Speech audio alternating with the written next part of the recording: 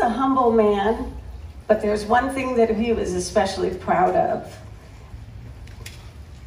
and that's this, his role. And what he would say is, it was when he would stand and speak to the survivors organization, because he came to all the reunions, and he would look out into the group, and many times they would time his speech to be at almost the exact time that he cited the men. So it was emotional for him too. But what he would say is that he would look out and see these beautiful faces, and he was so proud of the role that he had in bringing those beautiful faces home, because from those beautiful faces came all these beautiful families. So I won't tell you the details, because you heard his voice up there himself. He had, and I commend Sara for adding that in, because he was not one of her original interviews. He had passed before she had actually met him. But we were able to get some of his interviews, and she put that feed in there, and she spliced it in beautifully as if he was there, part of this whole documentary program.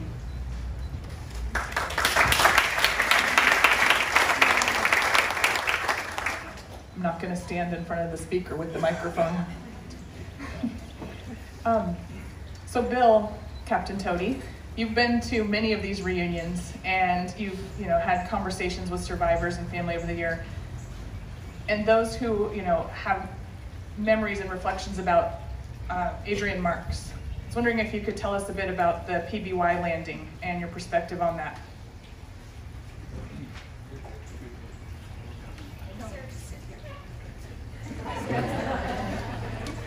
Well, thanks, Sara. I appreciate the opportunity, because this story has been told for close to 80 years now.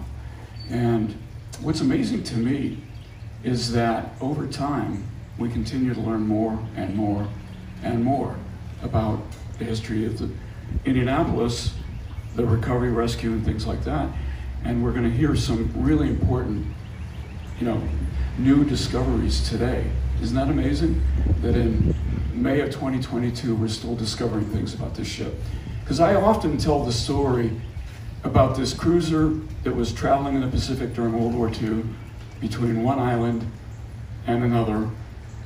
It was torpedoed by a submarine, sunk in an amazingly rapid time, and spent days in the water, and was rescued late because of a mess up in communications, because the Navy failed to take action on the report that it was missing. And then was finally, after days, a PBY landed and picked up the survivors. And you know what? That story is not the Indianapolis.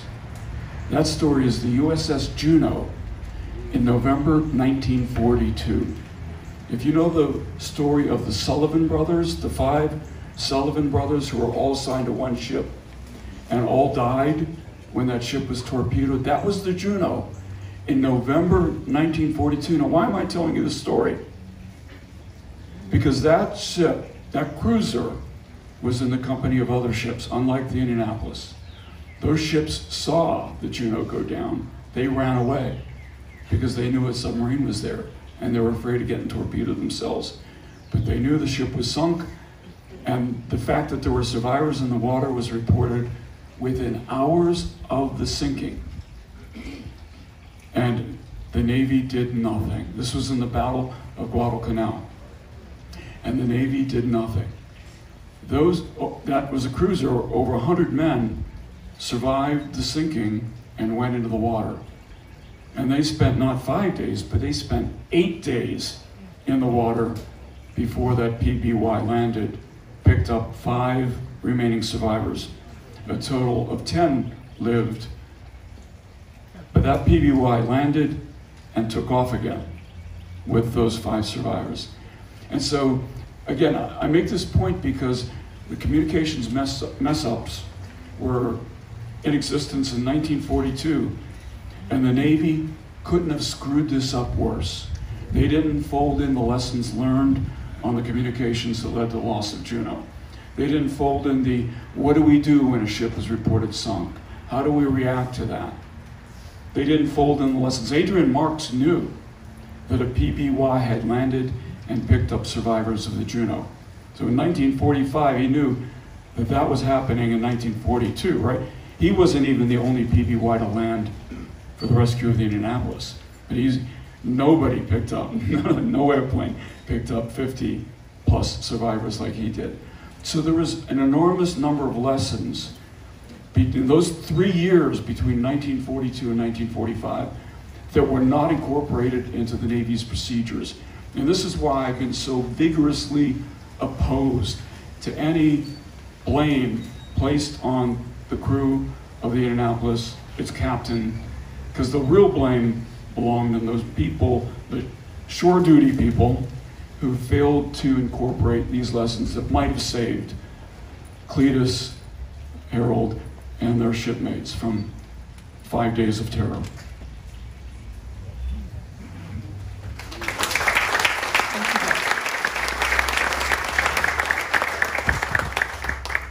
Now, they're probably going to kill me later for doing this, but I'm going to see if Harold or Cleatus would like to tell me about, and us, about being rescued.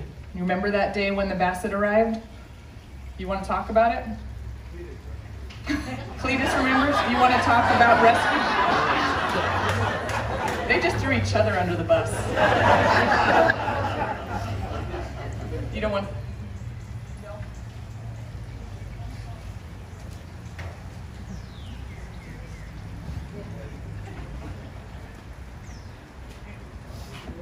It's pretty hard to forget a day like that.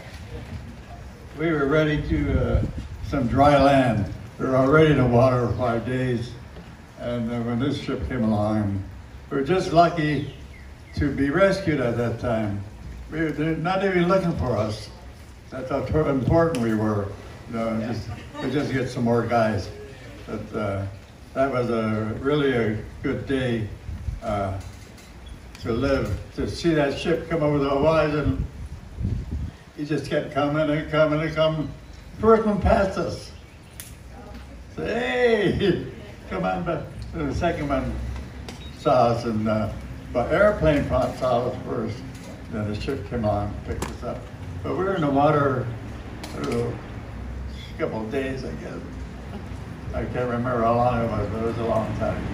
We were pretty wet by then. So,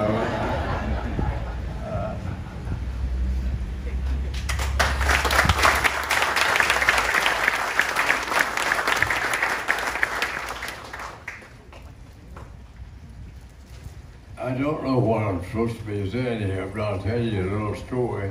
When they were taking the sailors aboard and sending them away to the hospital,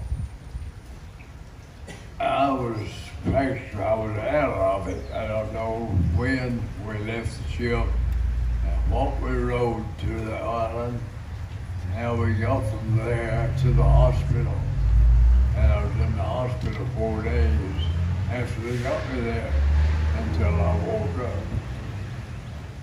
A nice nurse came in one morning and said, "You're going out on the ward with these other men." There were 140 of them. And I was in another 4-room in the back by myself 4 days. And he got me out, put me with the rest of them. We took off from there. The next thing we did was go to Submarine Island, where the subs being rested. And when we went to meals, all we had to do was fill our plate with whatever we wanted and eat, and go back to the back of the room, get a slice of cake or a dip of ice cream or a slice of pie, anything you wanted. And life has been pretty good. Just look back to it after that. Thank you.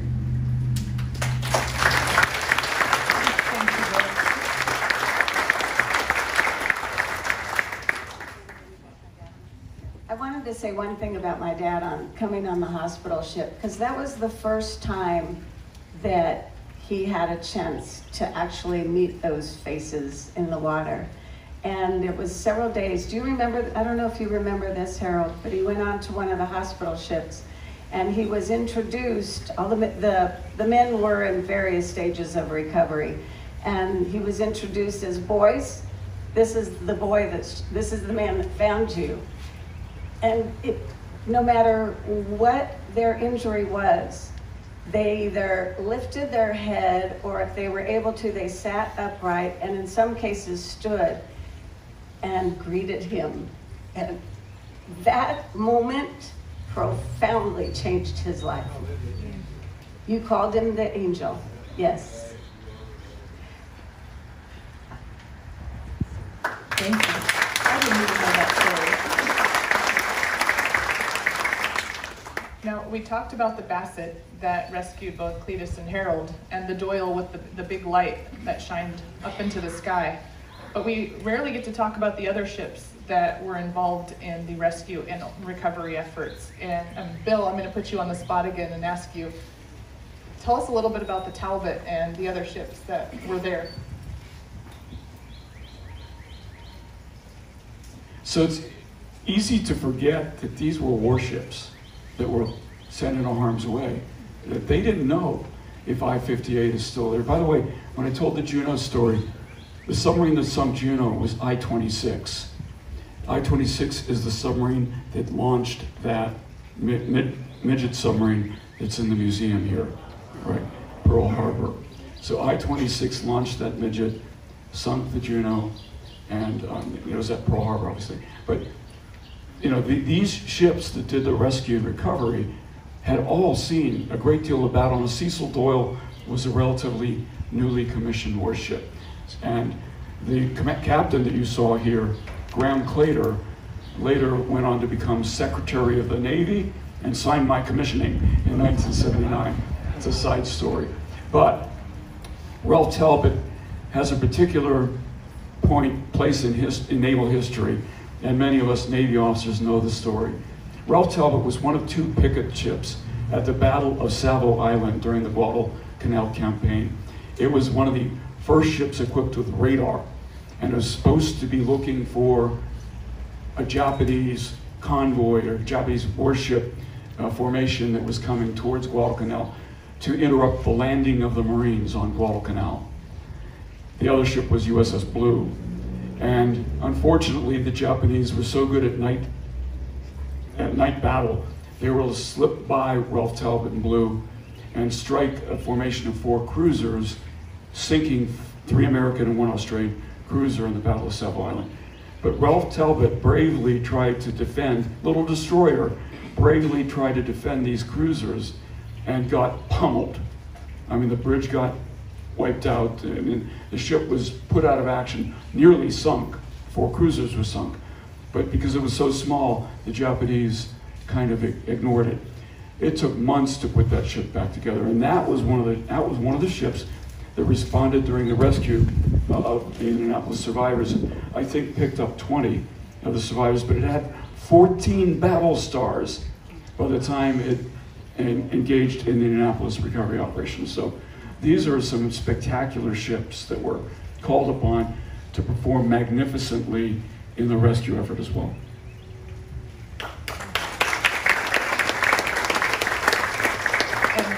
And part of what's interesting is these ships were also involved in another part of the story that we rarely get to talk about, and that is the recovery effort. Many of us, including myself, didn't know that Chuck Gwinn actually returned for patrol. Did you want to talk a little bit about this? 2 days later, so he sighted the men on August the 2nd. 2 days later, on August the 4th, he was part of the recovery team, and he was assigned, they did daylight shifts. He went out from 4 in the morning until noon, or 12:30, and then another shift came on after, and they would have these, in his case, it was a 30-mile square that they would do, keep going more and more. And they found lots of debris, and when they did, they would circle the area until other ships, some of these rescue ships, would come in. Recovery ships. And I think, you know, this is such an important part of the story because 3/4 of the crew did not come home. and their loved ones sometimes found out what happened, sometimes didn't. There was no grave site for them to visit. It was a huge unknown, and they know that they paid that final price for our freedom, but they did not know, they didn't have answers. And we have here with us two incredible people who have been working on this, and they have, I'm gonna turn around because it's awkward talking about them behind me, but they've taken on an incredible effort, and I think I'm just gonna hand over the mic and let you talk. Thanks, Sarah. I'm going to stand up because this is my one chance to be 8 feet tall. My name is Rick Stone. Some of you who I haven't had the pleasure to meet have known me as the guy who got bit by the snake yesterday.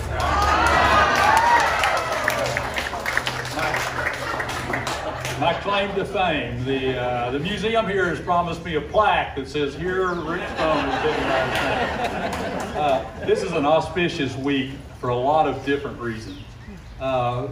Some of you don't know this, but in 1962, President John F. Kennedy declared this week National Police Memorial Week in honor of all the police officers who have lost their life in the line of duty. So in my profession, I was always known as the dumbass police chief who asked dumbass questions. And we have two of Fredericksburg's finest here with us today, so I think we should honor them as well in this week.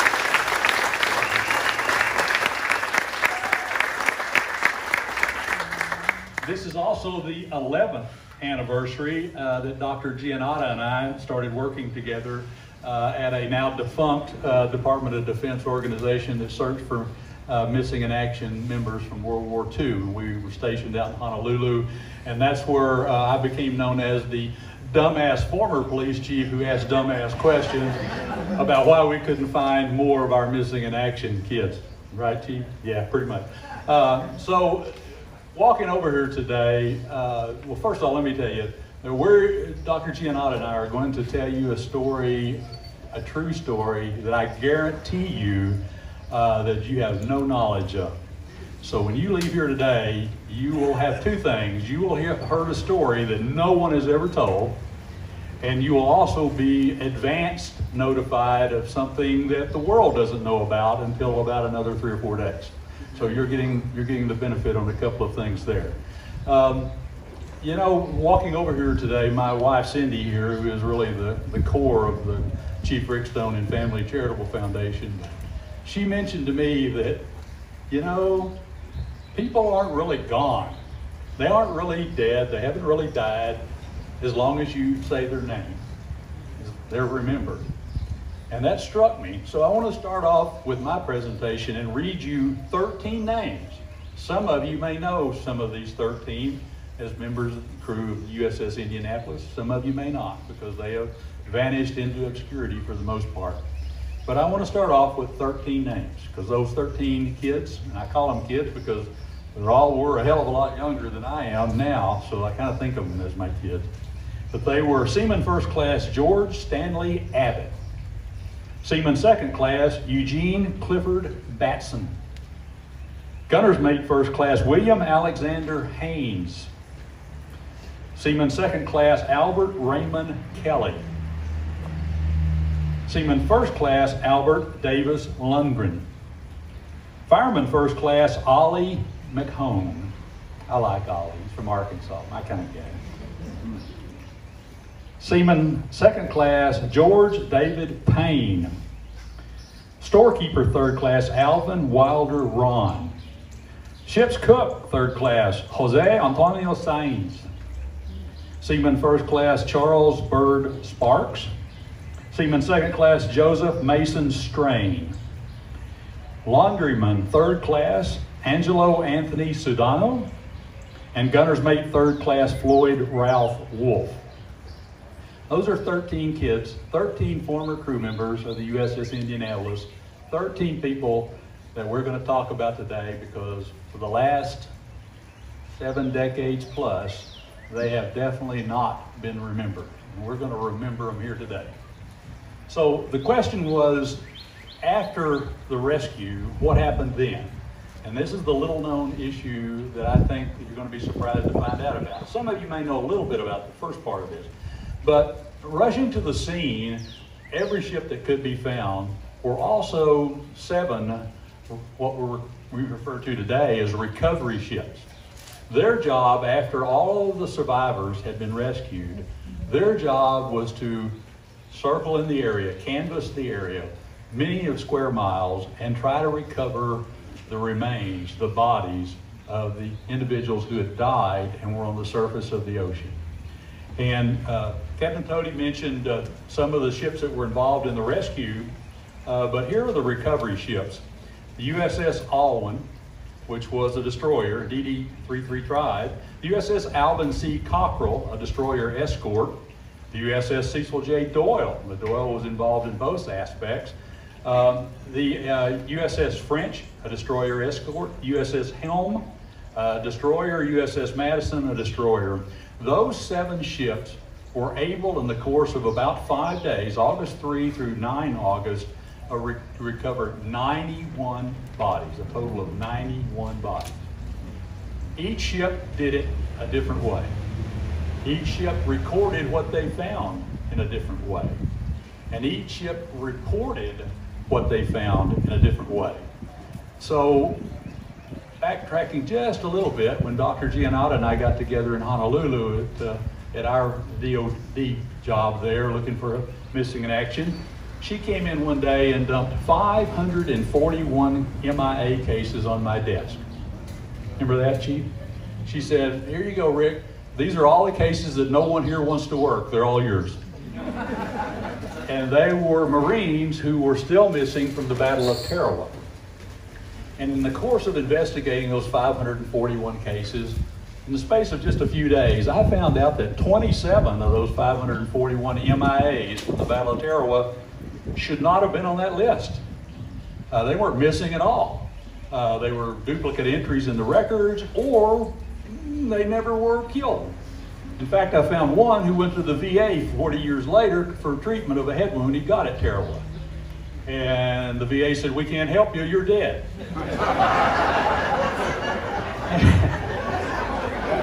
And he says, "No, I need some help for this head wound I got at Tarawa." They said, "Yeah, you were killed there."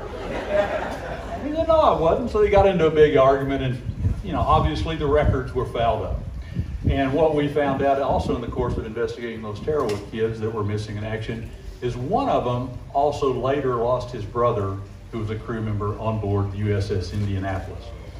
So, small world, I guess. And in looking at that, I ran into some paperwork that just kind of didn't seem to fit. Again, I was the dumbass police chief asking dumbass questions.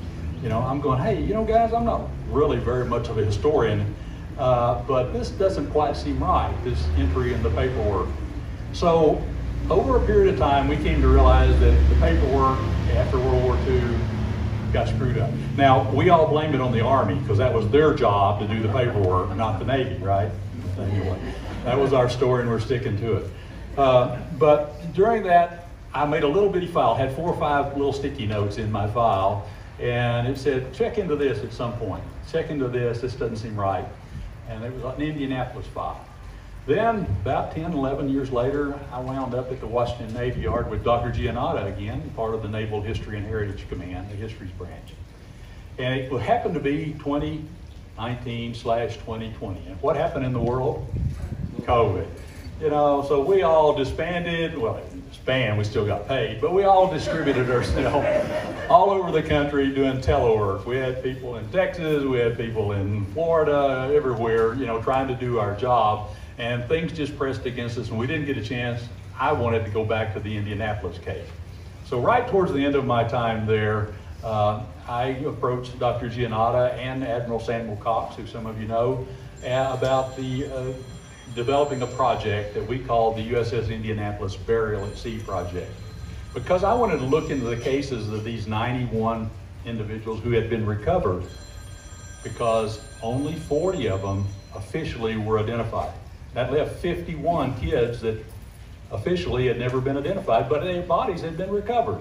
I thought if we dug through the records a little bit, there might be some more of those finds, that you do. They were the ultimate cold cases. They were the ultimate you know, police investigation looking into a case over 70 years old. And lo and behold, what we found, even after I left the Naval History and Heritage Command with our charitable foundation, private charitable foundation, we got investigators all over the world that tore into these records. And they read every possible word they could find about the recovery of these 91 bodies. And of those ships that I mentioned, the Alwyn recovered 3 bodies, the Cockerel found 7, the Doyle found 21, the French was the record holder, recovering 29 bodies, and the Helm had 28, and the Madison recovered 3. So we started looking at the records, and what we found was astonishing. Again, I mentioned earlier that each ship did it a different way, and each ship filled out different kinds of paperwork, but some of the paperwork never got to the people that made the decision about whether these individuals were lost at sea or whether they had actually been recovered and buried at sea. Because all 7 of these ships gave all 91 of these kids they recovered an official burial at sea. Now, some of them, they did it while they were bobbing around, you know, in a whale boat. Some of them gave them a burial at sea while they were leaned over a cargo net on the side of the ship. Some of them gave these kids burial at sea, you know, off from the fantail of the ship. But they all tried to get identification information. And boy, did they. You know, they found all sorts of things that should have been what we call in police work a clue. You know, if you're wearing a pair of underwear that's got your name, the division you're assigned to, and your service number on it, that's kind of a clue, you know? You would think somebody would have said, hey, maybe this is. Now, you might have picked up something in the water, you know, a piece of clothing to help you out while you're bobbing around out there for 4 or 5 days. But my guess is you probably didn't buy somebody or get somebody else's underwear and put it on, you know? And some of them had their dog tags, still wearing their dog tags. My point is, this information on these 13 kids that I read you the names of a while ago, Batson, Haynes, Abbott, etc. That information of 10 of those 13 had their full name, their service number, and their first name, and the division they were assigned to on something that they had, either dog tags, clothing that they were wearing. But that information never got, you know, to the people that made the decisions on how to list them, and it never got to the families. So these families of these 13 right now are being contacted by the United States Navy. As we're sitting here right now, 11 of these 13 families have been contacted, 2 have not. So if any of you know or are members of the family of Batson or Haynes, please let me know, because the Navy's looking for you. They've got a deal for you. They've got a story to tell you. So, you know, just to kind of give you an idea of how this stuff happens and how difficult it is to change the records, unbelievably difficult. This whole project for us in Navy parlance was called a Whiskey Tango Foxtrot. I know you Navy people know what that means, right? But our charitable foundation, with the help of the hysterical foundation, the Navy History and Heritage Command, we did the documentation. There's a federal statute that says how you're supposed to change missing in action people, and what it says is by the presentation of credible evidence. Well, being a police officer and being that career, I was used to a standard called beyond a reasonable doubt, you know. Then in civil law is, you know, a preponderance of the evidence. Well, credible evidence is like a very low barrier to jump over. So our credible evidence was actually beyond a reasonable doubt. We had the documents, we had the footnotes, we had everything we needed, references in all the records, and I presented all that information on 1 May 2021, 13 individual reports on 13 kids to Admiral Cox, who turned it over, who looked at it, turned it over to Dr. Giannotta, who I'm now going to pass the microphone over to, and she's going to tell you what the Navy did. And she turned that Whiskey Tango Foxtrot into a Bravo Zulu. Now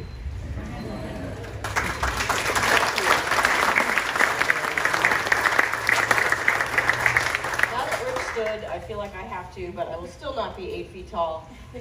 Just real quick, just to go back a little bit, I think just to give people a little understanding what happened after the war. During the war, when people died, they were kind of buried on site. So, for example, there are some of the Indy sailors who were recovered out of the sea who died subsequently. They were actually buried at the hospital cemeteries where they died. And after the war, there was a unit called the American Graves Registration Service, which was established in 1862. They're actually an Army organization, which was where Rick was talking about the records there.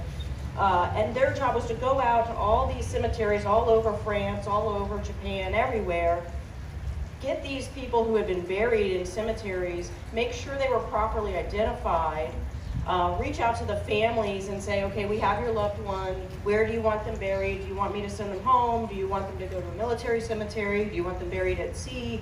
The family would say what they wanted, and they would subsequently take care of the bodies that way and move them back. So you get the cemeteries in Honolulu and in France. But some people were out in Romania, some people were in Russia, and so their job was to bring them all together. Their job was also to find the missing. So if anybody was listed as missing, it was their job to try and find them, figure out if that was an unknown buried, try and make an identification. The law for someone to be considered recovered is that there is an identification that meets a forensic standard.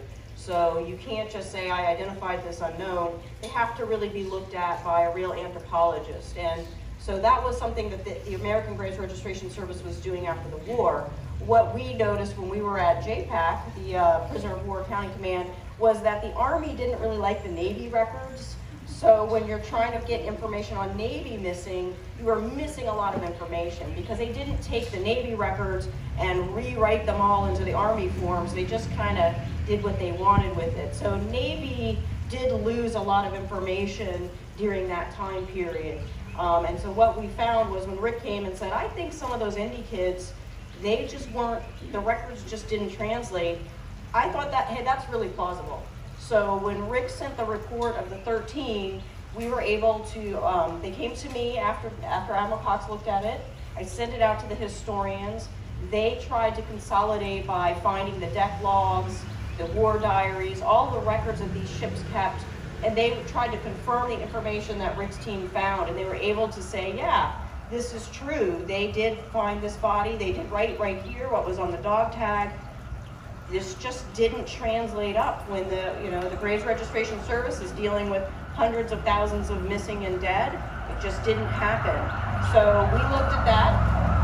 We went to the Navy OPNAV, the Manning, N1 is what they're called, OPNAV Resource and Manning, and we brought the reports to them. And so our situation was, as I mentioned, the law is to change someone to identify, they have to be looked at with a forensic anthropologist. But what Rick was giving me wasn't a body, they were reports. So being the government, we had to figure out how do we make this happen to get these guys' status changed from dead to now accounted for. And I say dead because we all think missing at sea, missing in action, but after World War II, there was no such concept of lost at sea or missing in action. If they didn't find you within about a year after the war, there was a board that convened and looked at each person's record, and they would say, we're not going to find this guy, he's dead. And they would declare them dead, body not recoverable. And so that's what we were looking at. How do you change someone from being dead, body not recoverable, per the Army in 1946, 1947, to being considered recovered now? And officially, as Rick mentioned, being buried at sea is an official way to bury someone who's been identified. There's 3 ways. They go home, they go to a military cemetery, or they're buried at sea. So when we looked at Rick's reports, these individuals were identified at the time. So we said, okay, they were identified at the time, and then they were officially buried at sea. So they were given honors that were appropriate. They didn't just float in the ocean. They were actually given a proper burial. And so we were able to say, we're going to send this to Navy Casualty, and what Navy Casualty needs to do is convene a board, and the board will, just like that board in 1947, determine if those records are enough to say, yes, this person was identified at the time, and yes, he did get a fitting and appropriate burial. And they made that determination for all 13 because the evidence was very strong. And now, as Rick mentioned, Navy Casualty is reaching out to try and notify the families.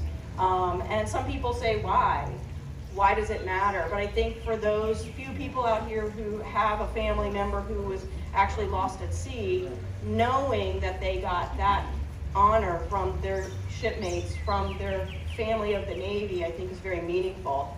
And there are a lot of people, when you read the notes, who were recovered and given a fitting burial, but we just don't know who they are. So I think for some people out there, that should give them comfort that there were shipmates who did get a fitting burial. They just don't have a name, so we can't go fill out Navy paperwork and let the family know that. But as Rick mentioned, there are a lot of other people who were found. They just couldn't be identified, and we're hoping over time that we can find more.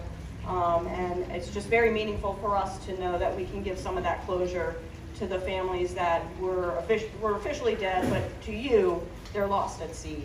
A lot of them were actually buried, and they were honored by their shipmates. So that was my contribution. Thank you.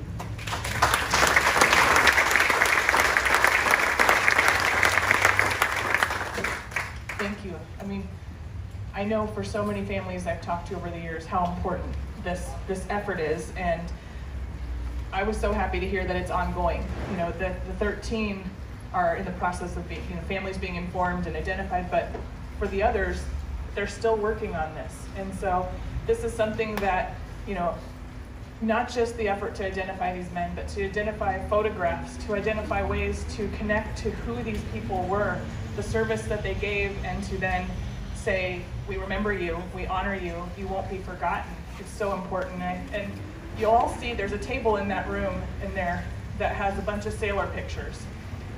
And we're trying to find a photo for every one of those pictures.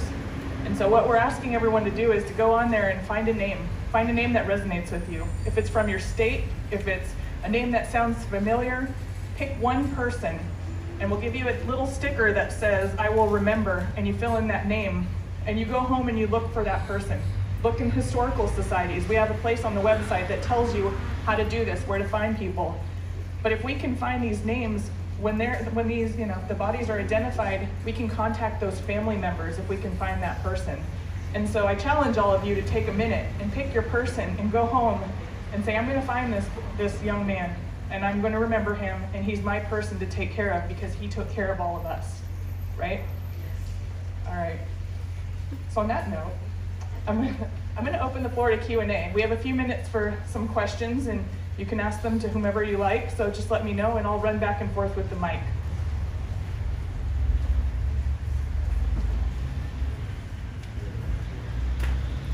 When looking for photos of the lost at sea, the location of the death shows as the Philippines. Is that common practice? Was everyone lost at sea with the Indianapolis shown as the location Philippines?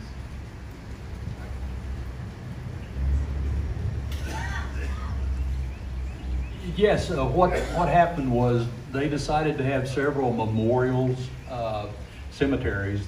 The Manila American Cemetery, obviously in the Philippines, was a large one. The one at the Punch Bowl in Honolulu, Hawaii was another. Europe had several. So on the individuals who were lost at sea, they would put their name on the big memorial wall that they have in the Philippines. And all the Indy kids that were lost at sea are in the Manila American Cemetery wall. That's why they're there. Any other questions? I can take about 2 more. Oh, Marilyn. Good morning. I'm working on we are a legacy organization. All of us are trying to find the photos, but we're trying to find the photos of the 888 men lost at sea, Kamikaze 9, Torpedo 879. It makes 888, so it makes a great Project 88 title. I did an article in the Tennessean the other day and got an email that kept me up till 3 in the morning. It said, why are you calling all of these men lost at sea when I know we buried 43 of them? Director Mahan, Navy casualty. You see why it kept me? Can we call them all lost at sea? And he's coming to talk to us, and I've got to talk to Noah a little bit more to talk to him.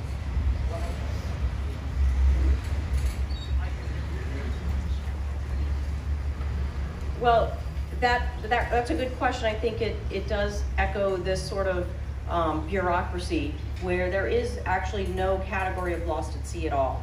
They're all technically dead body not recoverable. And that would be the official terminology for that, because that board was convened and they determined that they couldn't recover those bodies anymore. So that's sort of why you're getting that language, but it doesn't mean the work of Rick Stone and people like that can't fix the record. We sent him a 2-page reply. We could take it. All right, one more question. Anyone?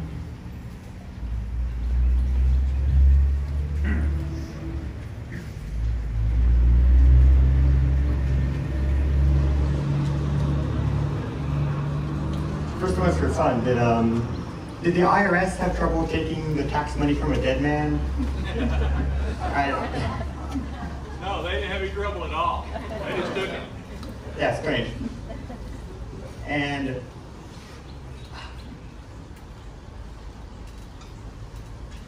I know that there were points in the war where I know a German sub did, and I think some Japanese subs did, where they would take a ship down and then wait, and as ships tried to recover survivors, they would go, oh, easy pickings. Was that was that common-ish toward the end of the war? And I'm sure that was part of their concern. But The answer is yes, it was common, and the ships that were with the Juno that ran away were right to be afraid. And so I don't blame them for leaving. What I blame them for is not following up on the recovery of those sailors. But it was common.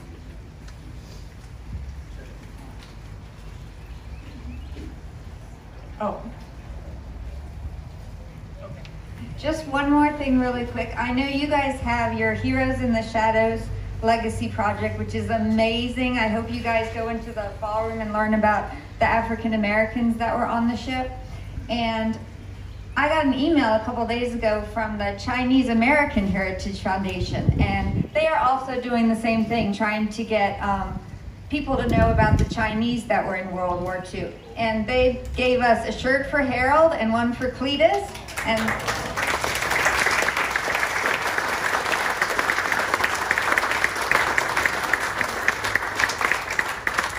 And they were very excited, and so it comes with their blessing. And I don't know if any of you remember, but there was a USS Indianapolis float in the Rose Parade a few years ago, and that's the organization that did the float in honor of Indianapolis. So, well, I want to thank you all for being here today. Thank our panel so much. Great information. And we do have a special message, but now I have to ask the panel to all take your chairs and move so we can watch it. No, I'm just kidding.